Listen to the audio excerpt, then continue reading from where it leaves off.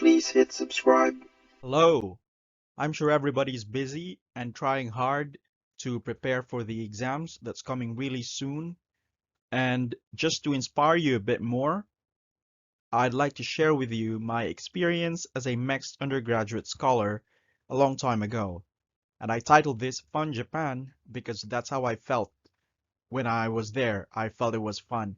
The experience was fun. And here you go. Just to give you a bit of a background about me, I went to the Tokyo University of Foreign Studies for my first year as a MEXT scholar. There, we studied Japanese. I studied Japanese from zero, and that means I had to learn from nothing, and that was fine. There were other MEXT scholars who were just like me, so it didn't really feel bad not knowing Japanese.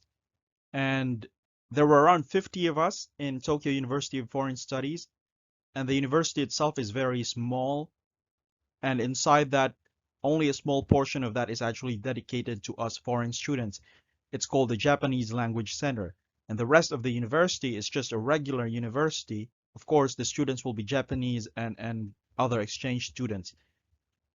Tokyo University of Foreign Studies is small, but it's got a very good reputation for people who are interested in studying foreign relations, foreign studies, languages.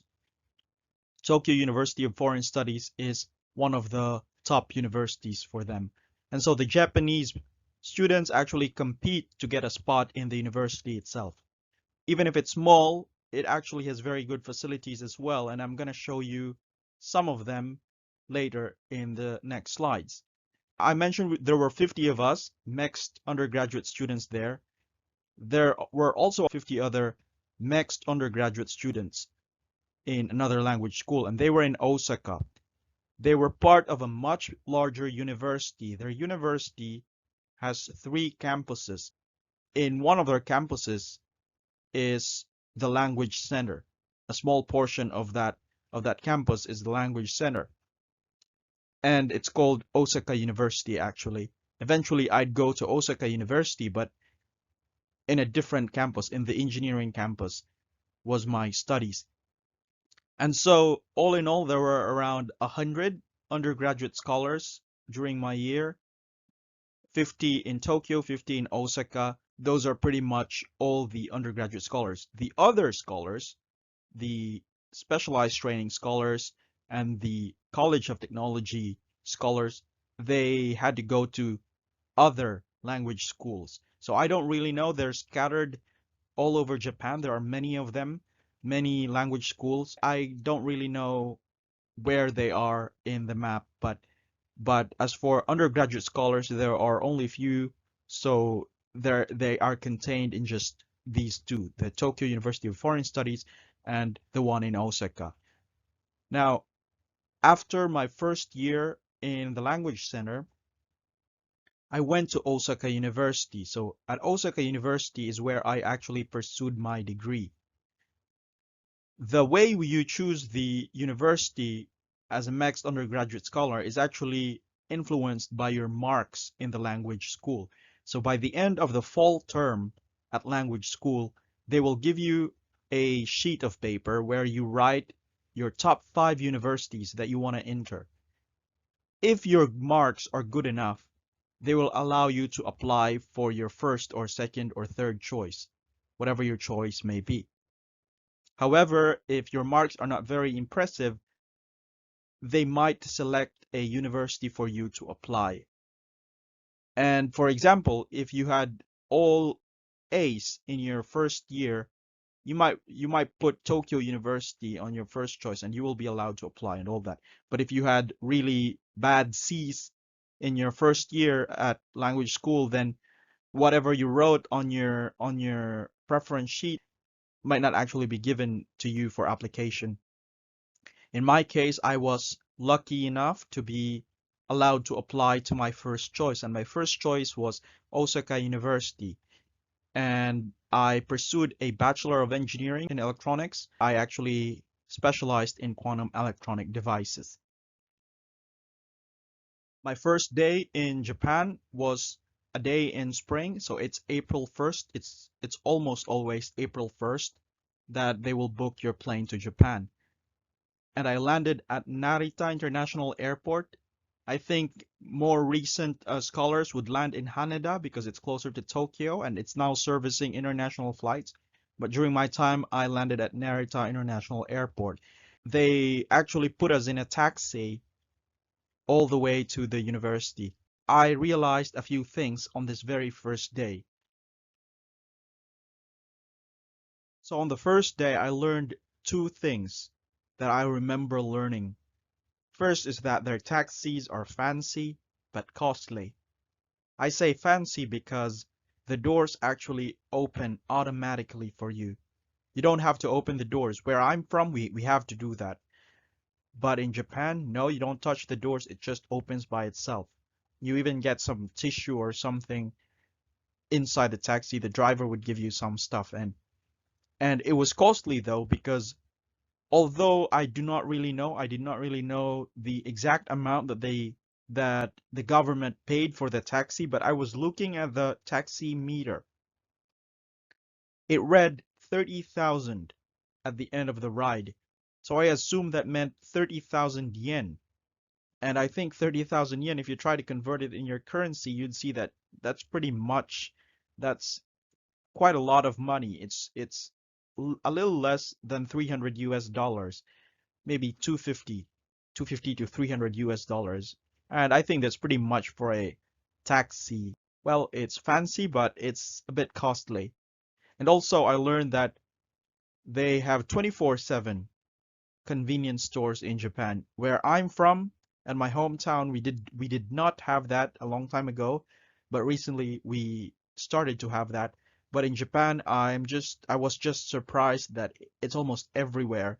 It's like you don't really get hungry in the middle of the night. Well, of course, that's if you live in a city like Tokyo or maybe Osaka. But yes, just to let you know that it's 24/7 most of the time, and if you go to TUFS, the language school I mentioned, there will be a lot of convenience stores around you, primarily a family mart right across the campus. And in Japan, we actually call them kombini, the convenience store. So you will learn that. Here I talk about my first year in university and a few things that I remember liking in the university. So I actually mean the language school. We call them Gaidai, the language schools, because it's actually called Tokyo Gaikokogu Daigaku, the Tokyo University of Foreign Studies. Gaidai is short for Gaikokogu Daigaku, so Gaidai. This is the entire campus of TUFS. It's very, very small compared to Osaka University or other universities in that for that matter. There are a few things here that I have very good memories. First is, of course, this is the entrance here. And if you zoom in a bit, this is exactly how it looks like. It's TUFS. Maybe it's a photo spot, and you have these seats where, well, these are actually rocks, and sometimes I sit on them on some days. And this is the pavement. People walk on them. Many students would use their bicycle, and they would actually ride the bike on the pavement. Right across this bit here is actually the convenience store I was talking about earlier. It's just around this corner here. This university, it has a dormitory. So this is where I spent most of the time because this is where I actually lived.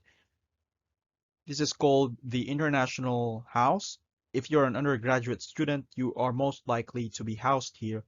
I just found this in Google search, but this is exactly how it looks like when you enter the door. That depends on whether you are on this side of the building or the other side. They say that if you are on this side of the dorm, you will see Mount Fuji on a good day from your big window there. Unfortunately for me, I was on the other side, so I really couldn't see Mount Fuji on a good day, but on the other side I could see a lot of playgrounds. There were baseball grounds and soccer fields and all that. People being happy playing the games and all that. So it's still not a bad view, I'd say. This is taken from the door. When you enter the room, this is what you see. Here is a mini kitchen for you. So there's a range hood, and this is an electric cooker here. And then you have some shelves here, and you have a fridge, and then you have an interphone here, so you could answer the the doorbell if you are not yet comfortable going out of the door. And then this is the door to your toilet. You have a bathtub in your toilet as well, so it's pretty nice. And then here you have a chair and a desk. So right behind this is actually your desk. It's a very long desk and a lot of shelves on top of it. So it's really conducive for studying. Then the bed is located on this side, so just behind the toilet wall. And it's also a pretty nice bed. It's big, and the mattress is comfy. And they're actually gonna make you pay around 10,000 yen for the beddings, the linens. And that's fine because actually it was really good comforter and blanket and pillow, so you can actually take them when you move out. Then here is a very big window. You can open that. It leads to a balcony. The balcony is where you can actually dry your clothes or just look outside and see things. Yeah, this is where I said you might be able to see Mount Fuji on a good day. Then right across that is actually number 10. That is the Japanese Language Center. This is where most of the action happened in language school. So it looks like this. This is the entrance, so that corresponds to this bit here. And really, some people, they just wake up and then they just walk to university after doing some hygiene stuff in the toilet. So it's really close. That's one thing I like about it. The other thing I like about it is because there are many volunteers in the Japanese Language Center. Volunteers are students who, well, Japanese students who are volunteering to actually assist in the Japanese Language Center. It's very nice because it's an opportunity to make friends with the locals. It's an opportunity to actually practice your Japanese. Inside the Language Center, I think the facilities are also nice. The classrooms are comfy. The back door, by the way, there's a back door that you could use to just cross to the dorms. But they also have a computer room inside. I think everything you need for the Japanese language course, it's in there. It's contained. It's self-contained, and the staff is really friendly. We have this number 3 here. It's again among my favorite places. This is called this is the library, and it looks like this inside. It's got around 3 or 4 stories. I can't really recall. Here, actually, here are printers. You can print, and during our time, there was a limit of around 10 pages per day that we could print. It wasn't really a hard limit. There wasn't something on the system that would flag you anyway. So if you needed to print more, you could. Also, in the Japanese Language Center, you had your own printers anyway. But the best thing I like about the library is their collection of books. Because this is a university that specializes in foreign studies, they have a lot of books about other countries, about other languages. Now, if one is to make the most out of the language school, here are 4 tips that I think I can offer from experience. First is you study every single day. In language school, you will have daily homeworks, daily quizzes. I suggest really doing them as best as you can. Do not skip on them. That's really how they help you to achieve the goal of the first year. The first year is for you to develop enough Japanese to be able to understand university level lectures, university level discussion. And that means you must have a Japanese proficiency that is, well, almost like that of a Japanese university student, at least in the field of the academics. And of course, the other part of the equation is to actually make friends, make local friends and foreign friends. Local friends to practice your Japanese, and also to get acquainted with the culture, to learn their ways, to be integrated in Japan. That's the fastest way.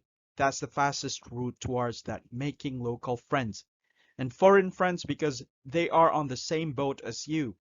So if you have problems that's related to you being a foreigner, things like visas or any other stuff that you think the locals may not be used to, is the foreigners who can help you because they probably have the same problem already. And of course, if you get tired of the whole studying the Japanese and all that, well, the foreigners often can speak English, so I mean can speak English, so well, you have that channel. I also suggest you check your mail every day. In my case, I really regret not doing this because I missed the mail for the Seijinshiki. Seijinshiki is a ceremony every January in Japan, and they invite people who just turned 20 or who are about to turn 20, and they have this ceremony at the city hall. It's just talks and all that, but we don't have that in our country, so I would have loved it if I actually got to attend it, but I wasn't able to attend it because I did not see the mail. I did not check the mail. Now I constantly check the mail just in case there's something important there. But yeah, I suggest checking the mail every day just so you don't miss anything. And lastly, I suggest you aim for JLPT N2 by the end of the Gaidai or the language school. So Japanese language proficiency test or JLPT is like a standard test administered in Japan and around the world. It has 5 levels: N1, N2, N3, N4, and N5. The highest is N1. I suggest that by the end of Gaidai, try to aim for N2 because N3 is not really going to make it for university. I think you need at least N2 to be able to understand textbooks, to write reports, to have conversations with your instructor and your peers in an academic manner. So I suggest this is what you aim for. They administer this twice a year, July and December. You just have to apply for it. I think it used to cost around 5,500 yen, and I think it's something good to have in your resume anyway. Put it in your case. The certificate that comes with it might be actually helpful during the job hunting process if you want to stay in Japan.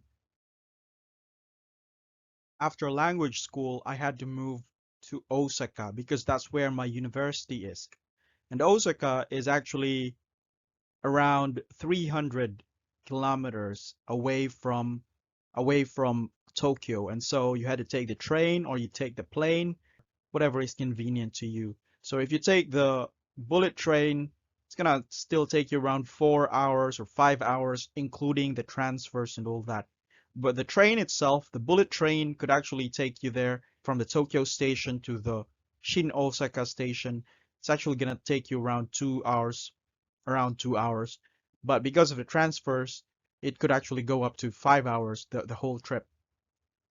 And then in Osaka, this is how the university actually looks like at the entrance where I usually come in from. This is the engineering campus, and you see there are already fancy buildings out there. Here are a few things that I think you might be interested in paying attention to when you're in university. First is the bikes. Well, everybody rides the bike. So if you're not used to riding the bike, I think it's about time you should, well, learn because everyone else does it.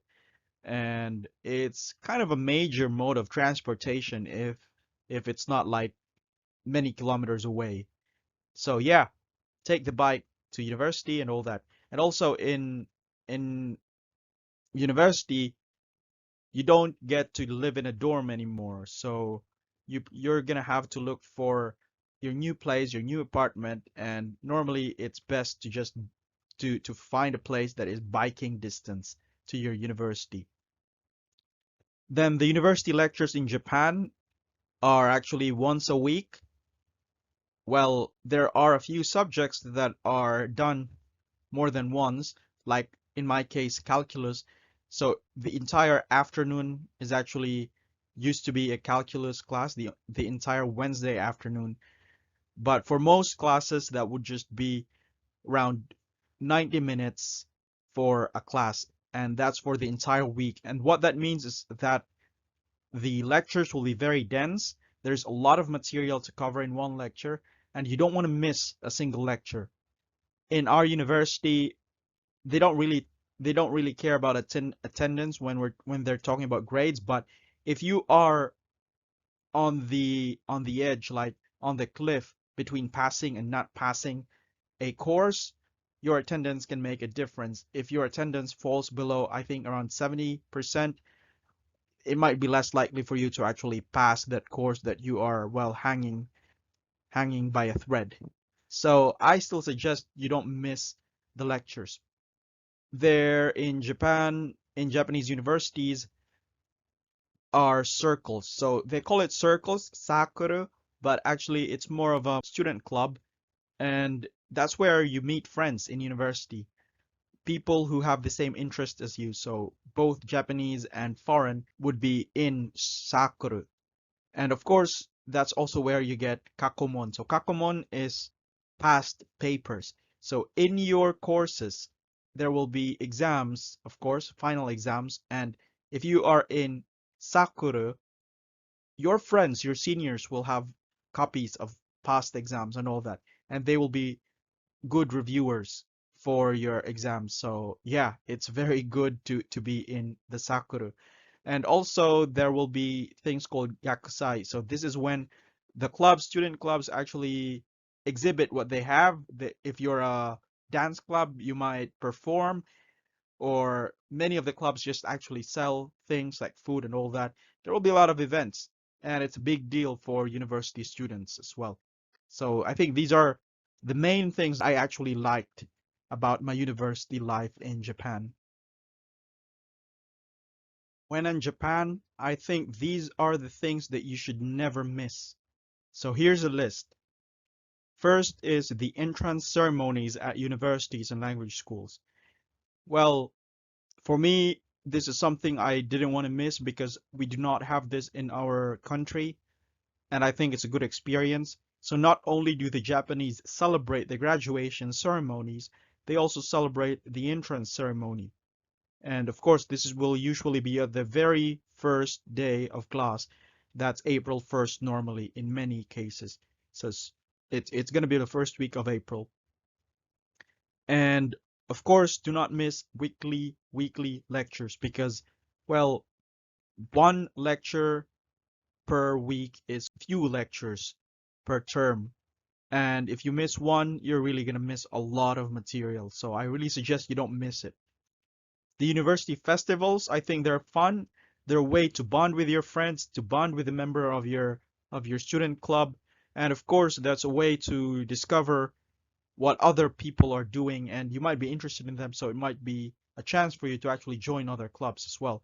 And if it's your first year, it's where you actually look for a club to join. You go around and look at what they do. They will actually hand out flyers and all that. So, well, it might be a very good experience if you're looking for a nice club to join. The other is onsen. So these are the Japanese hot springs. They're really good in in the cold weather. So in winter, for example, or in late autumn, early spring, it's just nice to wade in warm water. I said wade, but actually be soaked in warm water while it's snowing. Just feels good. And also it's a cultural thing in Japan, so it's it's something you probably have to do if you're in Japan anyway. And also it's a way to bond with your friends. So yeah, onsen is a nice experience. Of course, sushi is good. Um, I initially didn't like sushi because in our country we did not really have that culture of eating raw meat, raw fish. So I had that resistance. And the first time I tried sushi was at the entrance ceremony of at the language school. And somebody, a Japanese, actually said, "Have you tried this?" And I said, "No, I haven't." And he said, "Yeah, you should try that. It's good." But it was the fish, the one he was pointing at was actually the fish that was not really good for beginners.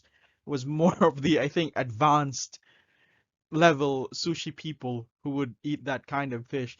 And so I got the fish, and then I didn't want to be embarrassed, and I also did not want to embarrass the person recommending it. So I put it in my mouth, and while I was chewing it, he went like, "Is it good? Is it good?" And of course I couldn't say no, it's not good, but actually, well, I had some issues with that food, and to the extent that I actually had to go to the bathroom and find an excuse to go to the bathroom just to get rid of that. Because of that, for 1 year I did not eat sushi, but after 1 year, meaning after language school, there were again opportunities to eat sushi, and everybody of my friends actually ate sushi, so it was just not an option not to eat sushi. So I learned to like sushi. I actually like it now. And if you ask me what's my favorite food, my favorite Japanese food, that would have to be sushi. So yes, even if you have resistance, maybe trying it a few times would be good for you, and you might actually like it. Also in Japan, the fireworks happen in summer, and it's very popular. Summer fireworks. Cities would have organized fireworks. In the city where I lived, Osaka, there was a big annual fireworks event called Yodogawa Hanabi. So that's a firework at the Yodogawa River. In that event, I remember having to go to the venue to queue up at 10 a.m. in the morning. People are already queuing up, and at 10 a.m. they will open the gates so that you can actually reserve a seat for yourself. Reserve a seat for the firework event that does not happen until 6 p.m. that day. So imagine it's summer. I was there from 10 a.m. to 6 p.m. to reserve a seat for me and my friends. I think that's quite of a sacrifice. And it was not only me, it was a lot of other people who actually did that, because when I arrived at around maybe before 10, there was already a queue. So that means that all of these people were already queuing for the 6 p.m. firework. So that's how big of a deal it is. But anyway, that's still a good experience. It's an opportunity to bond with friends and actually see how good the fireworks are anyway. So yeah, that's one thing you shouldn't miss. This actually is the Osaka Castle in spring. So you can see all the cherry blossoms. It's very inviting, the cherry blossoms. So people normally have these happy gatherings under cherry blossom trees. They call it hanami, or literally flower viewing. There will be alcohol, there will be food, there will be singing, dancing, and there will be a lot of you doing that in the trees. And one of the common spots in Osaka would be around the Osaka Castle. And then this is Mount Fuji. Again, it's not my photo. It's common for people to actually go up Mount Fuji in the summer because it gets really cold up there. So summer is the only, or at least is the best time to go up there because it's not as cold as the other months. There are three good things there. One is of course the Sea of Clouds. I would say yes, it feels really good looking down on the clouds when you're up there. In winter, well, many of you might already be doing ski, but for me it was my first time doing ski in Japan. So for those of you who are not used to doing skiing or are just not used to snow, I think trying skiing in Japan is a good idea. In autumn, there is an equivalent of the cherry blossom flower viewing, and it's called not much of a flower viewing, but maple leaf hunting. People walk around the neighborhood to find beautiful trees. So you see here, this is not my photo, but this is the street to the university, to Osaka University. And I walk this every single day, and especially in autumn. And you will see a lot of people sitting around. There will be painters, photographers, and others just bystanders, I guess. They're just appreciating the beauty of the trees. The street's called Sanshiki Saido, and it's probably one of the things you might want to come and visit in Osaka in autumn. Now, if we really want to go to Osaka, if we want to go to Tokyo, if we want to go to Japan as a MEXT scholar, we have to get things started. And we have to start doing things. I really suggest you do the past papers and do them over and over again until you are confident you can do them alone. They're really there to help you familiarize with the solution techniques and all that. This has been the longest video I've ever made to date, so thank you very much for staying to the end. And please feel free to share the video to your friends or anyone who is interested in the MEXT scholarship or the experience as a MEXT scholar. You can also search me on the YouTube search bar by typing jhat space MEXT. All the best on your scholarship. Go back to studying. I hope to see you soon in Japan. Good luck.